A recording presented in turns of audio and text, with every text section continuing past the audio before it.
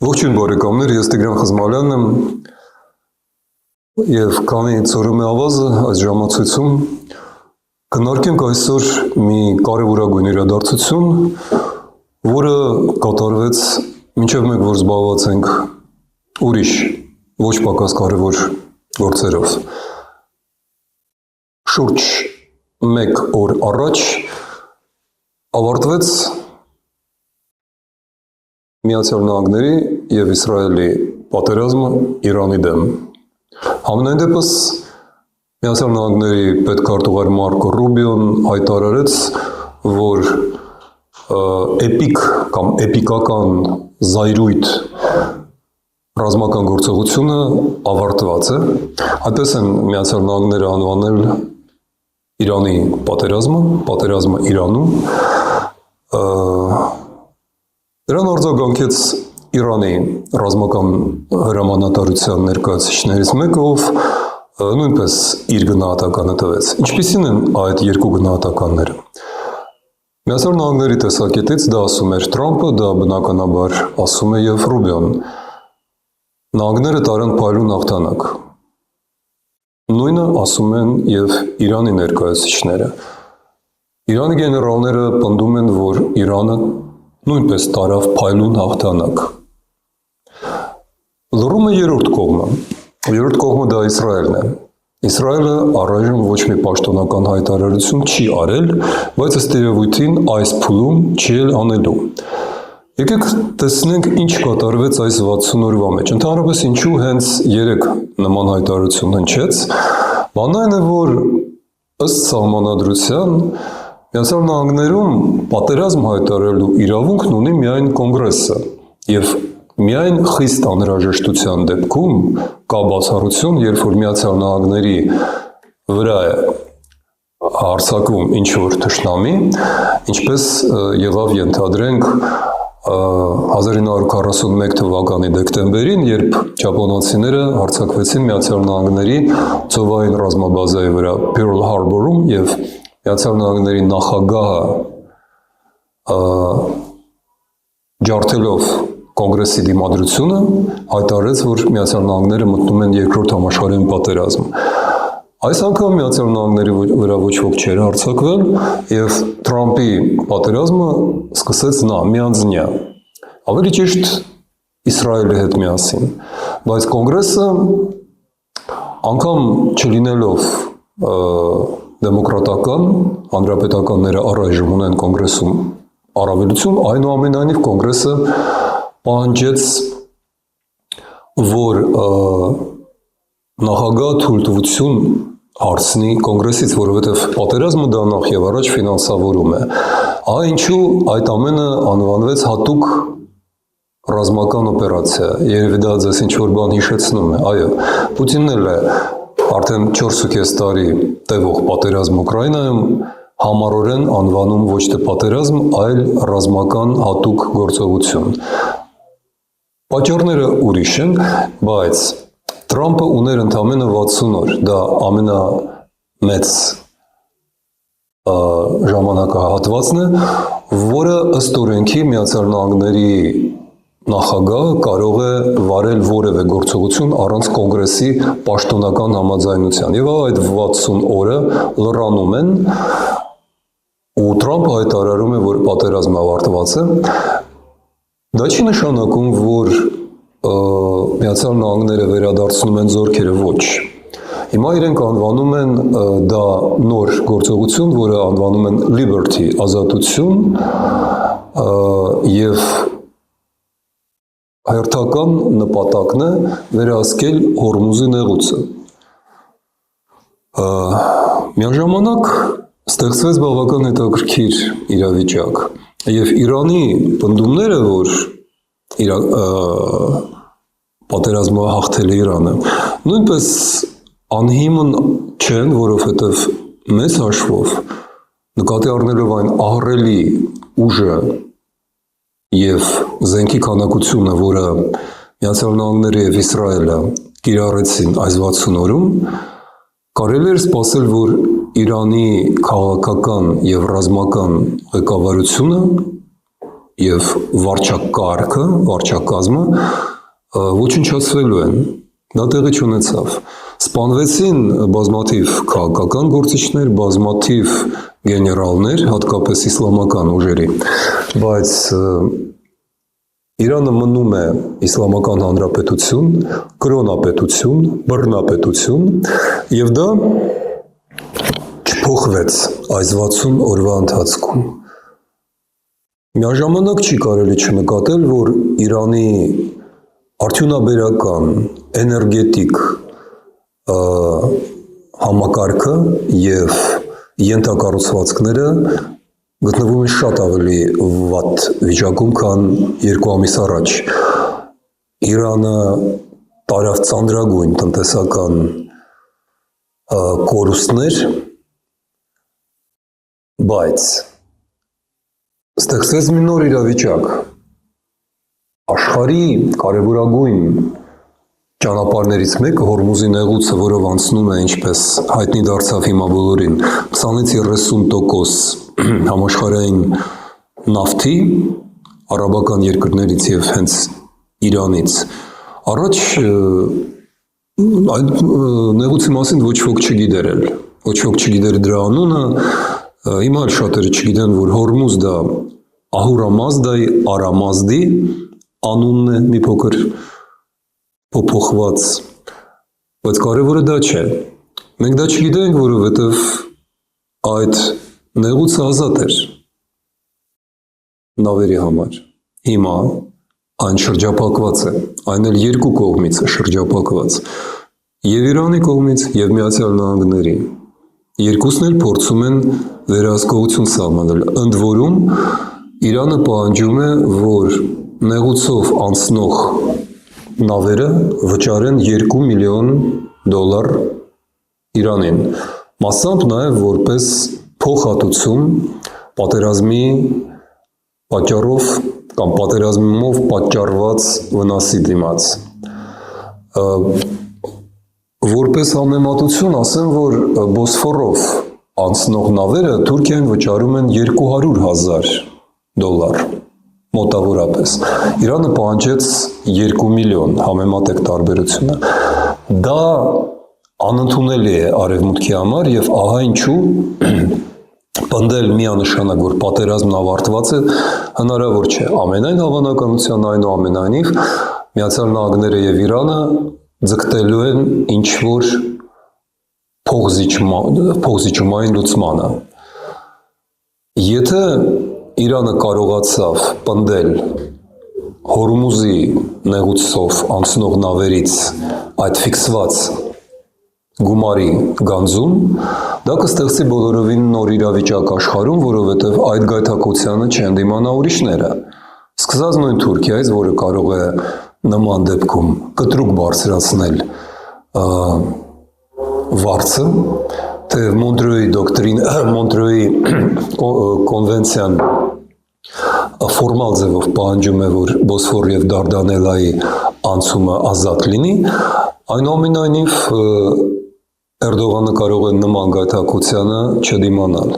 Նույնը կարող է անել Չինաստանը, հարավային ծովերում, հատկապես Չինական ծովում, նույնը կարող են անել եւ Մոլուքյան նեղուցում, Մալայզիան, նույնը կարող է անել Եմենը, Բաբել-Մանդեբի նեղուցում, որը Հնդկական օվկիանոսի երկրորդ դարպասն է Հորմուզի նեղուցից հետո, Սուեցը Եգիպտոսում, Պանամայի ջրանցքը, այդ ամենը եւ բնականաբար նաեւ ցամաքային ճանապարհներն են դառնալու շատ ավելի թանկ։ Իսկ դա նշանակում է, որ համաշխարհային կներեք տնտեսությունը կրելու է ահռելի վիթխարի կորուստներ, գնաճ, թանկացում, եւ սա ստերևույթին մղձավանջային սցենար է։ Այս ամենը կատարվում է հենց այս ժամերին, մինչև որ կրկնում եմ մենք զբաղված ենք ուրիշ հաճելի գործերով։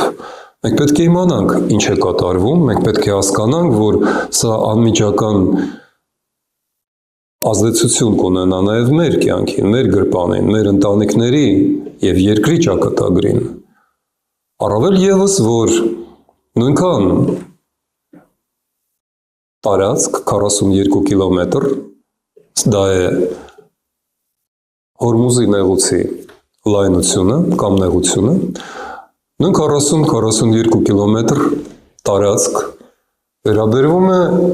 Իրանի հյուսիսային սահմանին Հայաստանի հետ, որը կոչվում է հիմա Թրամփի անվան ճանապարհ։ Եվ ահա թե որտեղ է Հայաստանի երկրորդ գերխնդիրը ու գլխացավը, որովհետև ավարտվել է պատերազմը Իրանի դեմ Միացյալ Նահանգների համար, թե ոչ, Իրանի համար այդ լարվածությունը պահպանվում է եւ այդ առումով Թրիպի տարածքը, այսինքն հայ-իրանական սահմանը,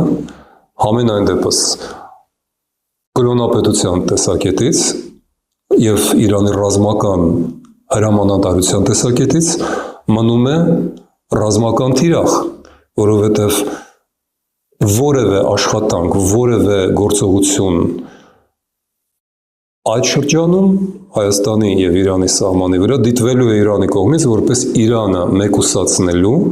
շրջապակելու փորձ։ Եվ սա լուրջ է, այնքան լուրջ է, որ մեզանում գերադասում են այդ մասին չխոսել։ 25 թվականի օգոստոսին, երբ համընդհանուր հրճվանք էր տիրում Սյունիքում Թրամփի անվան ճանապարհի բացման հեռանկարների մասին, Հայաստանի Եվրոպական կուսակցությունը զգուշացնում էր նման հեռանկարին, նման զարգացումների հնարավորության մասին։ Ինչպես տեսնում եք, շաբաթը եկավ ուրբաթից շուտ։ Հուսանք, որ հռչակված հաղթանակը, որը պնդում են երկու կողմերն էլ, այնուամենայնիվ չի դառնա երկուսի եւ մնացածների համար պարտություն, բայց առայժմ իրավիճակը հենց այդպիսին է։ Երկու կողմերն էլ համարում են, որ իրենք հաղթել են, իրականում երկու կողմերն էլ պարտվել են։ Պարտվել է Միացյալ Նահանգները, որովհետև եթե հաշվենք այն գինը, որը վճարեց Ամերիկան, դա ոչ միայն շուրջ 50 միլիարդ դոլարի ուղիղ վնասն է, ծախսերն են, այդքան արժեցավ եւ նավատորմի եւ օդուժի ահռելի վիթխարի քանակության բերել եւ պահելը, օգտագործելը եւ կրակած ռումբերը եւ հրթիռները եւ Քուվեյթում Իրանի կողմից իրականացված գործողությունը, որի արդյունքում մեծ վնաս կրեց ամերիկյան ռազմաբազան օդային Քուվեյթում, այդ ամենը ահռելի մեծ գումար է, վնասը, որը կրեց Իրանը, դեռ հաշվարկված էլ չէ, բայց դա որոշ տվյալներով 500 միլիարդ դոլար է, բայց այստեղ կա եւ շատ բարձր քաղաքական գին, որը Ամերիկան վճարեց։ Նախ մենք տեսանք, որ ՆԱՏՕ-ն եւ հատկապես Եվրամիության մասը ՆԱՏՕ-ի հրաժարվեց աջակցել Միացյալ Նահանգներին եւ ուղիղ համարեց այս պատերազմը քաղաքականապես անարդար, բարոյապես սխալ, ռազմական առումով չպատրաստված։ Եկեք չձևանանք, որ մենք հիմա կարող ենք տալ դրա ռազմական գնահատականները, ոչ, բայց քաղաքական գնահատականները ակնհայտ են։ Եվրամիությունը եւ ոչ միայն Եվրամիությունը արեց գլխավոր հետևանքը։ Նրանք այլևս չեն համարում իրենց Միացյալ Նահանգների մեխանիկական կցորդը եւ առաջին անգամ հայտարարեցին անհամաձայնություն։ Փաստորեն տեղի ունեցավ արևմուտքի, եթե ոչ բաժանում, ապա համենայն դեպս հստակ խզում Միացյալ Նահանգների և եվրոպական երկրների շահերի։ Ընդ որում Եվրոպային Եվրամիությանը միացան նաև Եվրամիությունից դուրս առնվազն 2 կարևորագույն երկրներ։ Դա Բրիտանիան էր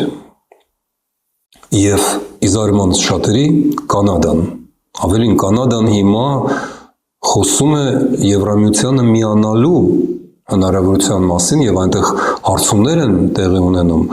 ու պետք է ասել, որ և Բրիտանիան և Կանադան նրանց բնակչության, հասարակության ավելի քան 60%-ը քվեարկում են, պատրաստ են քվեարկել հանուն Եվրամիության անդամակցության։ Զուգահեռաբար այս համար ևս մի երկիր հաստատ շատ արագ կմիանա, դա Իսլանդիան է, որը ժամանակին չեզոք էր և հիմա հետևելով Շվեդիային և Ֆինլանդիային նույնպես արագ մտնում է ՆԱՏՕ և Եվրամիության, տվյալ դեպքում միանում է Եվրամիությանը, խոսքը Իսլանդիայի մասին է։ Այսպիսին էր գինը Եվրոպայի համար, էլ չասած այն ֆինանսական հսկայական ծախսերը, որ Եվրոպան հիմա բաշխում է իր քաղաքացիների մեջ վառելիքի և հետևաբար ամբողջ արդյունաբերության, տնտեսության թանկացման պատճառով։ Ու կա ևս մի կարևոր հանգամանք։ Կարծես թե մեծ օգուտ դրանից պետք է որ քաղեր Ռուսաստանը, որովհետև կտրուկ բարձրացավ նավթի գինը։ Եթե նախկինում դա 55-ից 65 դոլար էր մեկ տակառի համար, ապա գինը բարձրանում էր 120-ից էլ ավել և այսօր առավոտյան գինը մոտավորապես 98-ի ու 101 դոլարի մակարդակի էր, թեև միտում կա էժանացման, քանի որ այնուամենայնիվ պատերազմի դադարեցումը, համենայն դեպս ժամանակավոր, լավ լուր է համաշխարհային շուկաների համար։ Ռուսաստանը չկարողացավ օգտվել դրանից, մասամբ նաև այն պատճառով, մեծ մասամբ նաև այն պատճառով, որ հենց այն պահին, երբ Ռուսաստանը պատրաստ էր համաշխարհային շուկա դուրս հանել գոնե ծովային ճանապարհով իր նավթի զգալի մասը, Ուկրաինան կարողացավ մահաբեր հարվածներ հասցնել Սև ծովի նավթային նավահանգիստներին, հատկապես Туапսեում, ինչպես նաև Պետերբուրգի կամ Լենինգրադի Ուստ-Լուգ նավթային նավահանգստին և շուրջ 30%-ով իջեցրեց նավթի արտահանման հնարավորությունները Ռուսաստանի համար և դա կազմում էր հենց այն գումարը, որը Ռուսաստանը պետք է որ կարողանար ձևակերպել որպես եկամուտ։ Քանի որ Ուկրաինայում պատերազմը չի դադարեցվում, այլ շարունակվում է աճող լարվածությամբ։ Միայն այսօր ռուսական հրթիռներից զոհվել է 26 ուկրաինացի խաղաղ բնակիչ։ Իսկ Ռուսաստանի մարտական կորուստները արդեն 4-րդ ամիս կազմում են շուրջ 1000 մարդ ամեն օր, 30-ից 34 հազար, 29 հազարից մինչև 34 հազար միջինը ամսական կորուստներն են միայն զոհվածների, չհաշված վիրավորների, դա պաշտոնական թվեր են, որը հավաքում է Արևմտյան հետախուզությունը։ Այնուամենայնիվ գոնե մեկ շահառու այս ամեն ինչից հետո ակնհայտ է, և դա Չինաստանն է։ Պատահական չէ, որ Իրանի արտգործնախարար Արաքչին երեկ մեկնեց, ավելի ճիշտ այս առավոտյան մեկնեց Չինաստան իր գործընկերոջ Վան Ի հրավերով։ Չինաստանը կարողացավ կապիտալիզացնել ամերիկյան պատերազմը իր օգտին, որովհետև մեծագույն տնտեսական կորուստներ կրելով, այնուամենայնիվ Չինաստանը հասկացավ, որ իր ձեռն է անցնում մի կարևորագույն աշխարհաքաղաքական խաղակարտը, հաղթակարտը ես կասեի, դա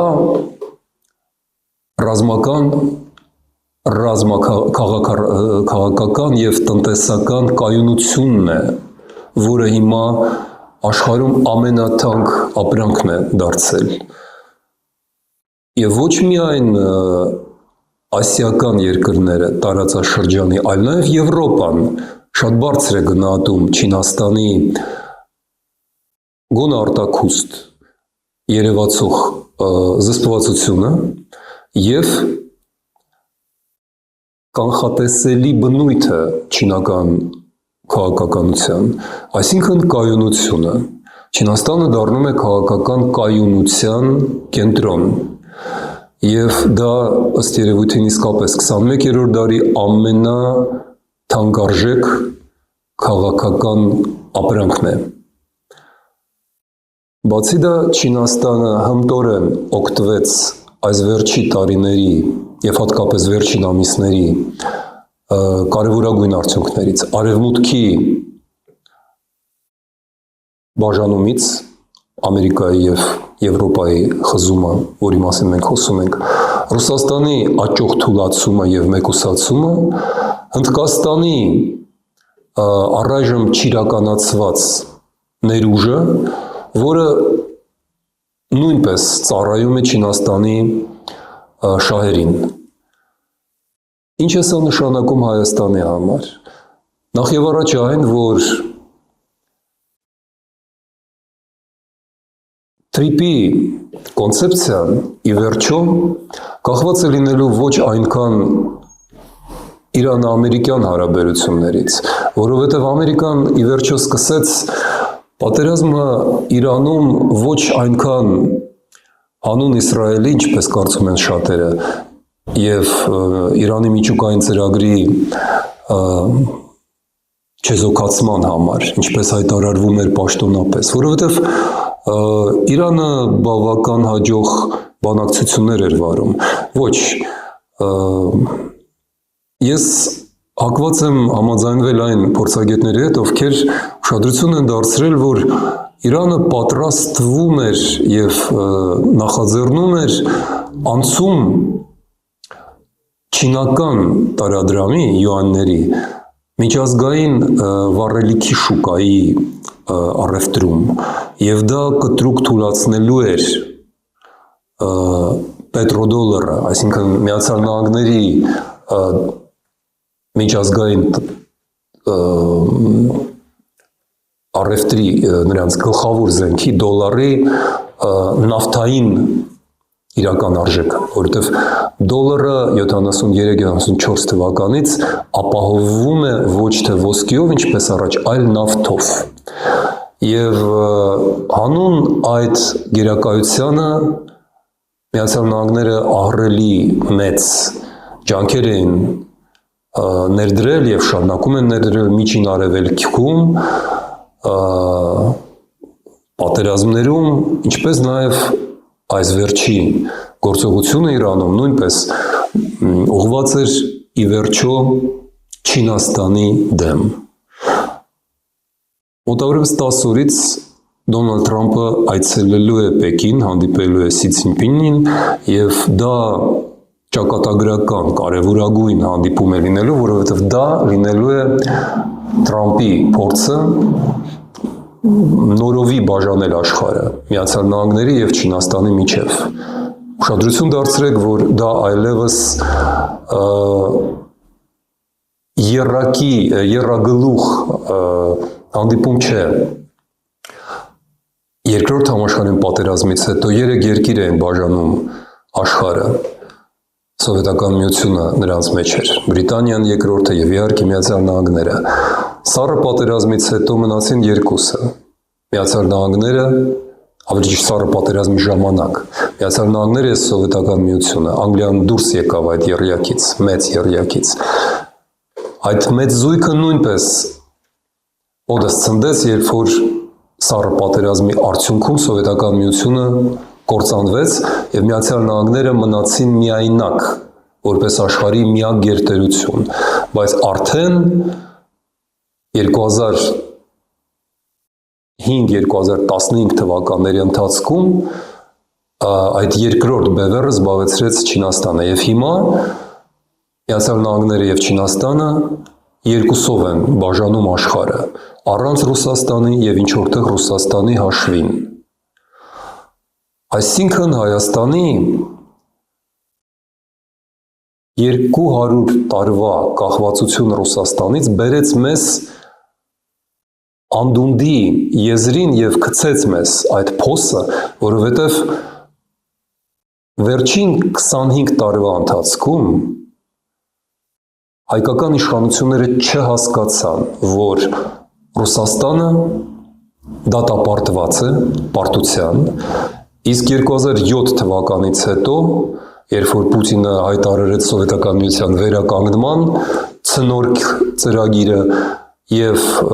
2011-12 թվականին, երբ որ այդ նպատակի համար Պուտինը ընտրեց Թուրքիան եւ Ադրբեջանը որպես իր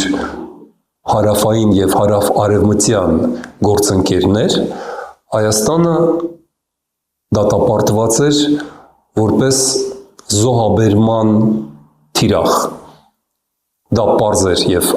սկսեց իրականացվել արդեն 2016 թվականից։ Հայաստանի Եվրոպական կուսակցությունը հենց 16 թվականին դեռ չգրանցված սկսեց իր գործունեությունը զգուշացնելով, որ մնալ Ռուսաստանի լծի տակ, մնալ Ռուսաստանից կախված պատանդի կարգավիճակում մահաբեր է։ Ցավոք սրտի մենք չսխալվեցինք եւ 20 ու 23 թվականները ապացուցեցին դա։ Հիմա մենք տեսնում ենք, որ Միացյալ Նահանգների միջամտությունը Հայաստանի հարավում չեն բերելու Հայաստանին այն խաղաղությունը եւ տնտեսական առավելությունը, որի մասին մեզ համոզում են ներկայիս իշխանությունները։ Դա ընդհանրապես Թուրքիայի եւ Ադրբեջանի նախագիծ է մնալու մի պարզ պատճառով։ Ասեմ ամենագլխավոր պատճառը, ինչու եմ ես հոռետես դրա նկատմամբ, որովհետեւ արևմուտք-արևելք տանող այդ ճանապարհը վերջանում է Չինաստանով։ Այսինքն Չինաստանն է, որ պետք է օգտվի այդ բոլոր բարիքներից։ Իսկ Միացյալ Նահանգները հասկանալով դա հիմա եւ 2 ամիս առաջ սկսելով պատերազմ Իրանի դեմ որպես կանխարգելիչ միջոց Չինաստանի դեմ, բնականաբար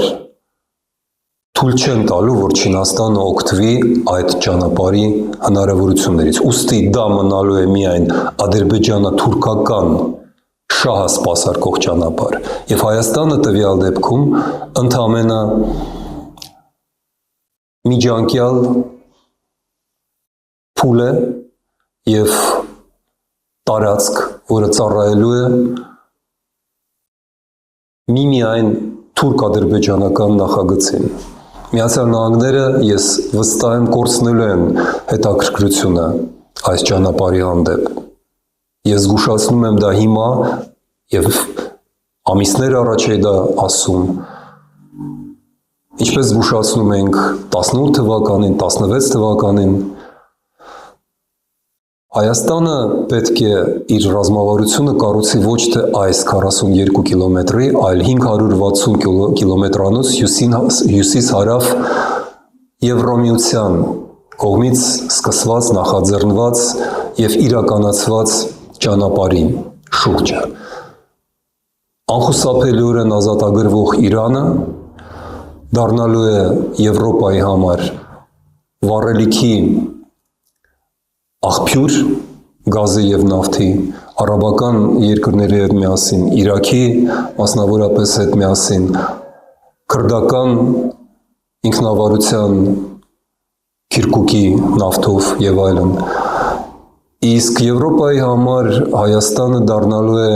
դարպաս դեպի Իրանի շուկաներ, որոնք բացվելու են եւ հսկայական եկամուտներ են բերելու ոչ միայն Եվրոպային, որը արդիականացնելու է Իրանի տնտեսությունը, այլ նաեւ Հայաստանի համար։ Սա է մեր ռազմավարական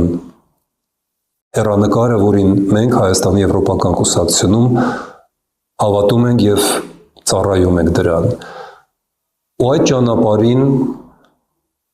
մեր եվրոինտեգրմանը անմիջապես հետևելու է նաև Վրաստանը, ու տենց երկուսով Հայաստան ու Վրաստան մենք բացվելու ենք դեպի Եվրամիություն Ուկրաինայի միջոցով։ Ուկրաինան լինելու է մեր կարևորագույն ռազմավարական դաշնակիցը, հատկապես որ Ուկրաինան պատերազմից հետո վերականգնվելու է, այնտեղ հսկայական գումարներ են ներդրվելու ամբողջ աշխարհից եւ մենք պետք է որ կարողանանք օգնել Ուկրաինային նաեւ աշխատուժով այդ չարաբաստիկ խոփանը պետք է վերջանա Սիկտիվկար, Չիտա, Որկուտա, Մագադան եւ մնացած սարսափելի վայրերը, որտեղ հայերը փորձում են ընտանիքներ պահել, այդ ամենի փոխարեն պետք է գա նախ եւ առաջ իհարկե Հայաստանը եւ երկրորդ շուկան մեր աշխատուժի պետք է դառնա Ուկրաինան, բարեկամական, որտեղ հայերը կկարողանան աշխատել եւ փող վաստակել մարդավարի, արդար, առողջ բոլոր տեսակետներից միջոցներով եւ պայմաններում։ Այս ամենը շատ շուտով իրականություն է դառնալու։ Առայժմ այնուամենայնիվ իրավիճակը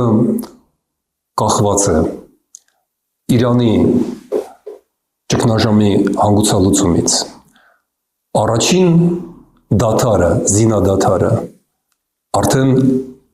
հայտարարված է։ Որ կողմ կընթանա Իրանը, կկարողանա Իրանի ժողովուրդը ազատագրվել կրոնապետական բռնապետությունից, թե ոչ։ Դրանից մեծապես կախված է նաև Հայաստանի ճակատագիրը, բայց մեր ճակատագիրը նախ եւ առաջ պետք է կախված լինի մեր ժողովրդից։ Եվ ինչպես վկայում են վերջին իրադարձությունները, Եվրոպան ցուցադրաբար գալով Հայաստան, ֆիզիկապես ներկայությունը բերելով Հայաստան, ապացուցեց նախ եւ առաջ Հայաստանի ժողովրդին, որ մեզ սպասում են Եվրոպայում։ Ինչպես ասեց Եվրոխորհրդի նախագահ Անտոնիո Կոշտան 2 օր առաջ Երևանում, Եվրոպայի սիրտը Հայաստանն է։ Եկեք այս բարձր նոտայով ավարտենք մեր այսօրվա զրույցը եւ լիահույս լինենք, որ մեր ժողովրդին կհերիքի